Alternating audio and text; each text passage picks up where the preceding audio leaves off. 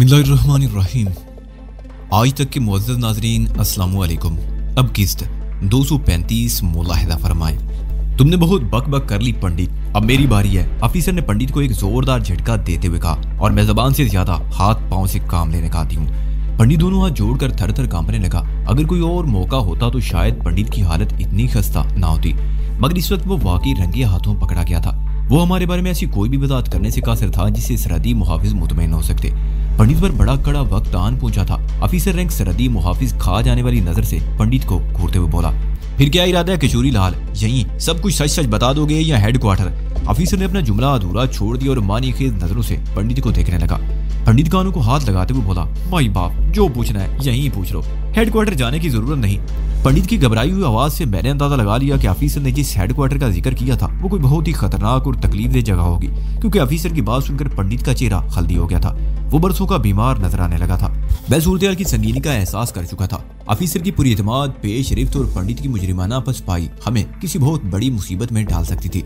ये मामला पंडित के बस का नहीं था, इसलिए मैंने फौरी तौर पर मुदाखलत जरूरी समझी। ऑफिसर, मैंने शाइस्ता लहजे में सरहदी मुहाफिज को मुखातिब किया, हम तुम्हारे साथ हेडक्वार्टर चलने को तैयार हैं। पंडित ने चौंक कर खौफजदा नजर से मुझे देखा।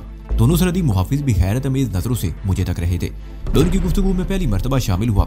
इस शमूलियत का सबब यह था कि मेरा ज़हन मौजूदा सूरत से निमटने के लिए पूरी तरह चाको चौबंद हो चुका था। मैं पंडित के भरोसे पर किसी मुसीबत को गले लगाने को तैयार न था। ऑफिसर को मुतमईन करने के लिए मैंने एक कहानी गढ़ दी थी। ये फर्दी कहानी हकीकत के बहुत करीब भी थी। हर बात मेरे जहन में बहुत वाज़ेह हो गई थी, चुनाचे मेरा मुतमईन नजर आना कोई अचंभे की बात न थी। पंडित किशोरी लाल ने मरील सी आवाज में मुझे मुखातिब करते हुए कहा, मूर्ख ध्यान भी है, तुम क्या कह रहे हो? हाँ मूर्ख किशोरी लाल, मैंने मुस्कुराना अंदाज में कहा, मैं पूरी तरह ध्यान ज्ञान में हूँ। अगर ये ऑफिसर अपनी तसल्ली के लिए हमें हेडक्वार्टर ले जाएगा तो इसमें परेशानी की क्या बात है? फिर मैं ऑफिसर की जानिब मुतवज्जो हुआ, क्यों ऑफिसर, अगर मैं यहीं पर आप लोगों के सवालों के इत्मीनान बख्श जवाब दे दूं तो क्या फिर भी तुम हमें हेडक्वार्टर ले जाओगे? ये तो तुम्हारे जवाब सुनने के बाद ही फैसला किया जा सकता है, ऑफिसर ने कहा। किशोरी लाल बोला, शायद तुम्हारा दिमाग खराब हो गया है। पंडित का इशारा मेरी जानिब था। दरअसल पंडित को यकीन हो चला था कि वो बच नहीं सकेगा।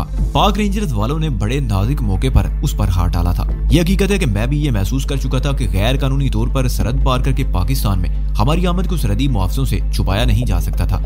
अगर वो हमारी तलाशी लेते तो मेरे लिबास से धर्मचंद का दिया हुआ रूका बरामद हो जाता, जिसकी तहरीर हमारे हर मन गढ़ंत झूठ को वाज़ेह कर देती। मैंने इन तमाम निकात को ज़हन में रखते हुए एक फर्दी कहानी बुनी थी। इस सोची कि मैं इसलिए भी जरूरत महसूस कर रहा था कि मैं अपने वतन में कदम रखने के बाद किसी किस्म की मारा मारी नहीं चाहता था। ताम इस सूरत में पंडित किशोरी लाल के खिलाफ मुबय्यन सबूत सरहदी मुहाफिजों के हाथ आ जाते और जान छुड़ाने की उसकी तमाम कोशिशें नाकाम हो जाती। इस पापी पंडित की दस्तगीरी का मुझे कोई शौक नहीं था। किशोरी लाल ने बिनाई हुए अंदाज में मेरे दिमाग के खराब होने की बात की थी, मगर मैंने उसकी बात पर तवज्जो दिए बगैर ऑफिसर से मुखातिब होते हुए कहा, तुम सवाल करो ऑफिसर, मैं जवाब देता हूँ। मेरे पूरी इत्मीनान लहजे ने ऑफिसर को हैरत ज़दा जरूर किया होगा। इस उलझनज़दा हैरत के असरात उसके चेहरे पर बड़े वाज़ेह नजर आ रहे थे। उसने पूछा, तुम दोनों कौन हो, कहाँ से आए हो और तुम्हारे नाम क्या है? ऑफिसर, तुमने तो एक ही सांस में 3 सवालात कर डाले, मैंने ज़ेरे लब मुस्कुराते हुए दोस्ताना अंदाज में कहा। दरअसल मैं अपने तर्ज़े कलाम से मुफाहमत और बेतकल्फी की फ़ज़ा कायम करना चाहता था, जिसमें मुझे खातर ख्वाह कामयाबी हुई थी। वो मुतदिल लहजे में बोला, तुम भी चाहो तो एक ही सांस में जवाब दे डालो। मैंने बदसूर मुस्कुराते हुए कहा, हम दोनों मुसलमान हैं, ढाका से आए हैं और हमारे नाम मुराद और कलसूम है। मेरे इस जवाब ने पंडित किशोरी लाल के साथ साथ दन्नू को भी वर्ताए हैरत में डाल दिया था। ताम दन्नू ने पलक झपकने में अपनी कैफियत पर काबू पा लिया। वो अब काफी अरसे से मेरे साथ ही मेरी एक एक अदा और एक एक अंदाज को जानने और पहचानने लगी थी। वो एक लम्हे में समझ गई थी कि मैंने किसी खास मसलहत की बिना पर वो बयान जारी किया है। लिहाजा खामोश रहते हुए दन्नू ने चेहरे पर ऐसे तासरात सजा लिए जैसे वो मेरी बात की तस्दीक कर रही हो। ये उसकी समझदारी थी। पंडित दीदे फाड़े मुझे तक रहा था, उसकी मटका नुमान तूंद कुछ और गौर होगी। सुर्ख आंखों में सफेदी खंड गई और नफी में गर्दन हिलाने के बायस उसके सर पर मौजूद बालिश पर चुटिया अजीब से अंदाज में फुदक रही थी। लगता था जैसे कोई तनहा पुतली मुदहिक्का खेज अंदाज में रक्स करी हो। बिला मुबालका उसके चेहरे पर 13 बज रहे थे, गोया उसके 14 तबक गुल हो चुके थे। मेरे जवाब ने सरहदी मुहाफिज को भी उछलने पर मजबूर कर दिया था। वो मोहताज लहजे में बोला, क्या तुम दोनों गैर कानूनी तौर पर सरहद पार करके यहाँ पहुंचो? तुम्हारा अंदाजा दुरुस्त है ऑफिसर, मैंने कहा। मेरा अंदाज बेबाक था, मगर कहाँ ढाका और कहाँ नगर पार करके ये सरहदी गाँव? ऑफिसर के लहजे में उलझन थी। तुम्हारी बात मेरे हल्क से उतर नहीं रही, मैंने वजाहत करते हुए कहा। ऑफिसर, ढाका का बंगला देश मुख्य है, मैंने वजाहत करते हुए कहा। ऑफिसर, ढाका का बंगला देश में है और नगर पार कर पाकिस्तान में।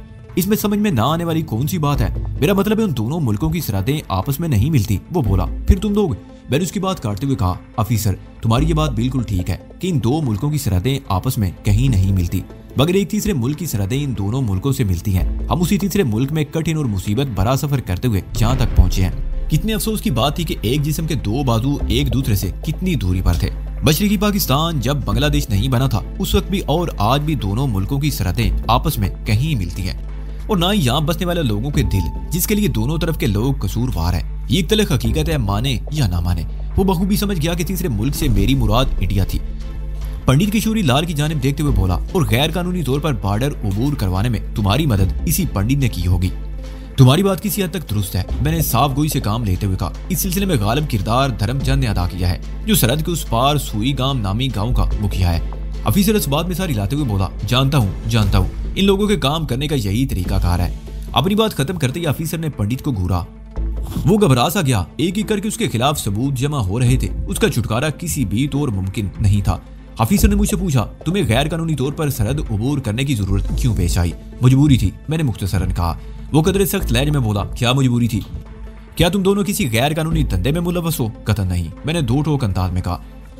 हमारी मजबूरी ये थी कि हम बांग्लादेश से भी गैर कानूनी तौर पर सरहद पार करके इंडिया में दाखिल हुए थे। मजबूरी की वजाहत करो, ऑफिसर ने कहा। मैंने पहले से सोची हुई कहानी के मुताबिक जवाब दिया। हमारी मजबूरी थी मुस्लिम कुछ फसादात। ढाका में हम जिस महल्ले में रहते थे वहाँ किसी मजहबी मामले पर हिंदुओं और मुसलमानों में ठन गई थी, जिसके नतीजे में हमारे घर भी लपेट में आ गए। हम बड़ी मुश्किल से जान बचाने में कामयाब हुए। हमारे घर का कोई फर्द भी जिंदा नहीं बचा था। हम दोनों ढाका से छुपते छुपाते खलना पहुंचे।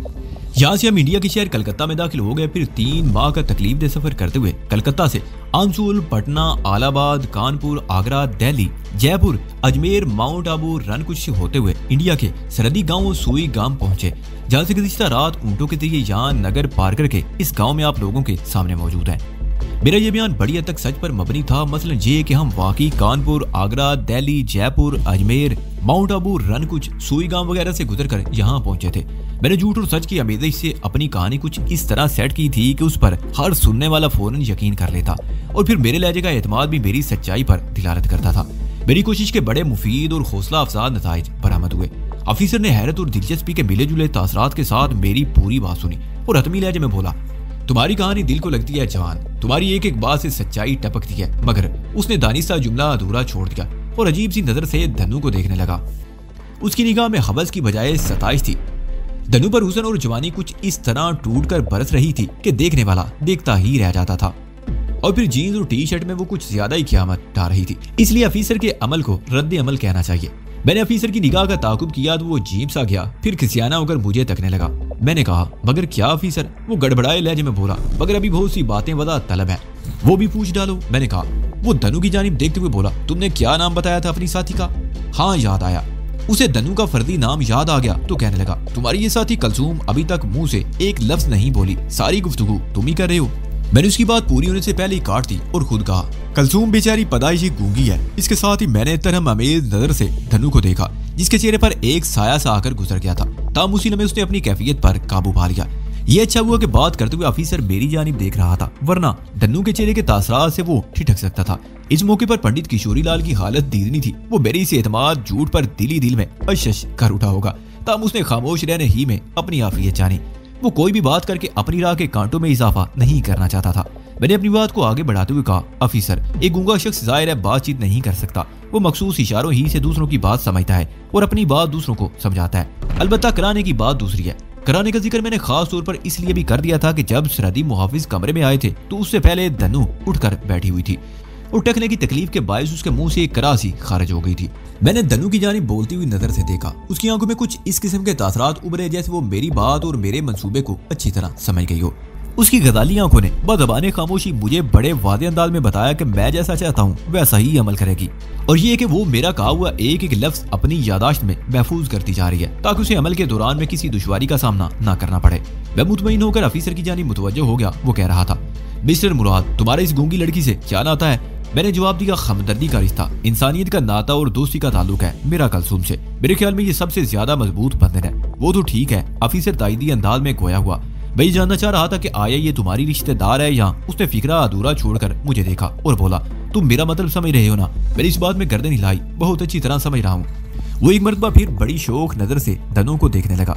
उसकी आंखों में शौकी के साथ साथ एक अफसोस भी मौजूद था, जैसे गुल के साथ खार होता है। शायद वो इस बात से दुखी हो रहा था कि इतनी दिलकश और पुरशुबाब लड़की गूंगी क्यों थी।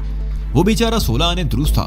धनु का गूंगापन फूल के साथ कांटे वाली ही बात थी। शायद चांद का दाग भी इसी को कहते हैं। मैंने बेतकल्फी की फजा कायम करके माहौल की शिद्दत को बड़ी हद तक कम कर दिया था।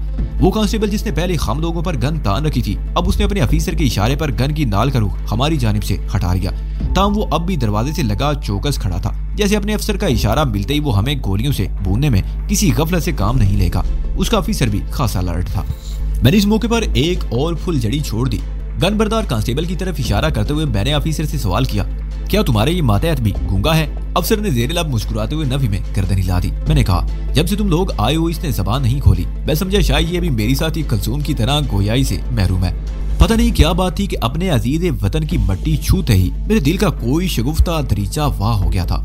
हमने मुल्क की फजा में सांस लेना खासा खुशगवार तजर्बा साबित हो रहा था, जिससे तबीयत में एक अजीब सी गुदगुदी का एहसास होता था। मैं एक तवील अरसे बाद पाकिस्तान लौटा था और तवील अरसे तक क्याम का इरादा लेकर आया था। आगे जो खुदा की मर्जी। थोड़ी देर की हंसी खुशी के बाद ऑफिसर फिर संजीदा हो गया। मिस्टर मुराद, तुम ढाका में कहाँ के रहने वाले हो? मैंने एक महल्ले का नाम ले लिया जहाँ हिंदुओं की अक्सरियत थी। दरअसल सिंगापुर में हमारे स्टोर पर काम करने वाले एक मुलाजिम का ताल्लुक ढाका के उसी महल्ले से था, इसलिए महल्ले का नाम मुझे याद रह गया था, जो इस वक्त काम आ गया। मेरे जवाब ने अफीसर को कदरे मुतमईन कर दिया, मगर वो सवाल करने से बाद आने वाला नहीं था। उसने धनु की जानिब इशारा करते हुए पूछा, और तुम्हारी साथी ये गूंगी लड़की कलसूम, ये मेरी महल्लेदार है, यानी पड़ोसी। मैंने बताया, तुम लोगों ने बांग्लादेश ही में कहीं पनाह क्यों नहीं तलाश की? अफीसर बाल की खाल उतारने पर कमर बस्ता था। पहले इंडिया और फिर पाकिस्तान का रुख क्यों किया? मैंने दिल ही दिल में खुदा का लाख लाख शुक्र अदा किया कि गुज़िश्ता रात हम BSF वालों के हत्थे नहीं चढ़ गए थे, वरना वो हमारा अशर खराब कर देते। BSF यानी बॉर्डर सिक्योरिटी फोर्स भारत के सरहदी मुहाफ़ज़ों पर मुश्तमिल एक इदारा है। जिस तरह पाकिस्तान की सरहदों की हिफाजत रेंजर वाले करते हैं, बिल्कुल इसी तरह भारत की सरहदों की हिफाजत BSF वाले करते हैं। हम बरबंस की रहबरी में BSF वालों की नजरों में आए बगैर रात के अंधेरे में खामोशी से रेगिस्तान को वो इलाका अबूर कर आए जो दोनों मुल्कों की सरहदों के दरमियान वाक़ है। अलबत्ता पाकिस्तान में अपने पहले पड़ाव पर ही यहाँ के सरहदी मुहाफिज हमारे सरों पर आन पहुंचे थे, और अब एक अफीसर मुझसे घुमा फिरा कर मुख्तलिफ जावियों से सवालात कर रहा था। मैंने अफीसर के सवाल का जवाब देते हुए कहा, जब इंसान पर बुरा वक्त आता है तो वो सोचने समझने की सलाहियत से आरी हो जाता है। बस यूं समझे हम भी परेशानी में इंडिया का रुख कर बैठे और एक तवील सफर तय करके अब यहाँ पहुँच गए हैं। मैंने अपने लहजे में दर्द और गम की कैफियत को समो दिया था, जिससे अफीसर खासा मुतासर हुआ। उसने पूछा कि तुमने बताया है मुस्लिम कुछ फसादात के बायस तुम लोगों को वतन से बेवतन और घर से बेघर होना पड़ा। आजकल पूरे हिंदुस्तान में मुसलमानों के साथ जुल्म और ज्यादती की फजा खासी गर्म है। तुम दोनों के सिलसिले में काफी परेशानियां उठानी पड़ी होंगी, खास तौर पर इस सूरत में कि तुम्हारा तमाम सफर गैर कानूनी तौर पर है। तुम बिल्कुल ठीक कह रहे हो अफीसर, मैंने तायदी अंदाज में कहा। आजकल वाकई इंडिया में मुसलमान दुश्मनी खासी उरूज पर है, मगर हमने इस आग से बचने के लिए खुसूसी इंतजाम कर रखा था। कैसा इंतजाम मुराद? अफीसर ने पूछा। मैंने बताया, हमने अपने हिंदुआना नाम रख छोड़े थे। मैंने वनूद और कलसूम आशा बन गई, चुनाचे हमें मुस्लिम दुश्मनी का सामना नहीं करना पड़ा। तुम तो खासे चलता पुर्जा किस्म के बंदे हो मिस्टर मुराद, अफीसर ने मुझे घूरा। इस मौके पर पंडित किशोरी लाल खामोश ना रह सका। बेसाख्ता उसके मुंह से निकला, चलता पुर्जा किस्म के नहीं, बल्कि ये पक्का राक्षस है। हिंदुस्तान में हिंदुओं वाला नाम और पाकिस्तान में मुसलमानों वाला नाम। मुझे अगर मालूम होता। वो इतना कहकर खामोश हो गया और परेशानी से सरहदी मुहाफिजों को तकने लगा। शायद वो कोई ऐसी बात कहने जा रहा था जो उसे मजीद पंसाने वाली होती। ये बात तो तय थी कि हरबंस ने उसे हमारे बारे में तफसीलन बता दिया था। ताहम मैंने अभी तक मुखिया धर्मचंद का रुका किशोरी लाल को नहीं दिखाया था। अलबत्ता वो इस रुके की मेरे पास मौजूदगी से आगाह हो चुका था। जब हम नाश्ता कर रहे थे तो हमारे दरमियान रकम के बारे में मुख्तसर गुफ्तगू हुई थी। फिर उससे पहले के बात आगे बढ़ती दरवाजे पर दस्तक होने लगी। हमारी बात अधूरी रह गई। अफीसर ने पंडित की जानिब मुड़ते हुए कहा, अगर तुम्हें मालूम होता कि मुराद इतना ज्यादा चालाक और होशियार है तो तुम इसे अपने यहाँ ठहराने का रिस्क नहीं लेते। यही कहना चाह रहे हो ना तुम? पंडित किशोरी लाल मुआंदाना नजर से मुझे तकने लगा। अफीसर के सवाल का उसके पास कोई जवाब नहीं था। वो अचानक बेहद मोहताज नजर आने लगा। अफीसर ने अपने माज़ज़ से कहा, तुम बाहर से बाकी जवानों को भी अंदर बुला लाओ और इस घर के चप्पे चप्पे की तलाशी लो। अफीसर की बात से पता चला कि सरहदी मुहाफिजों के कुछ साथी बाहर गली में मौजूद थे। फिर बातों ही बातों में ये भी मालूम हो गया कि बाहर गली के कोने पर उनकी जीप खड़ी थी, जिसमें मजीद 3 मुसल्लह अफराद बैठे हुए थे। अगले चंद लम्हों में वो कांस्टेबल अपने 2 साथियों को लेकर आ गया। तीसरा शायद ड्राइवर था जो जीप के अंदर ही रह गया था। तीनों मुसल्लह सरहदी मुहाफिज पंडित किशोरी लाल के घर की तलाशी लेने में मसरूफ हो गए। मैंने अफीसर से पूछा, हमारे लिए क्या हुक्म है अफीसर? तुम हमारे साथ हेडक्वार्टर चलोगे? अचानक उसके लहजे में सख्ती आ गई।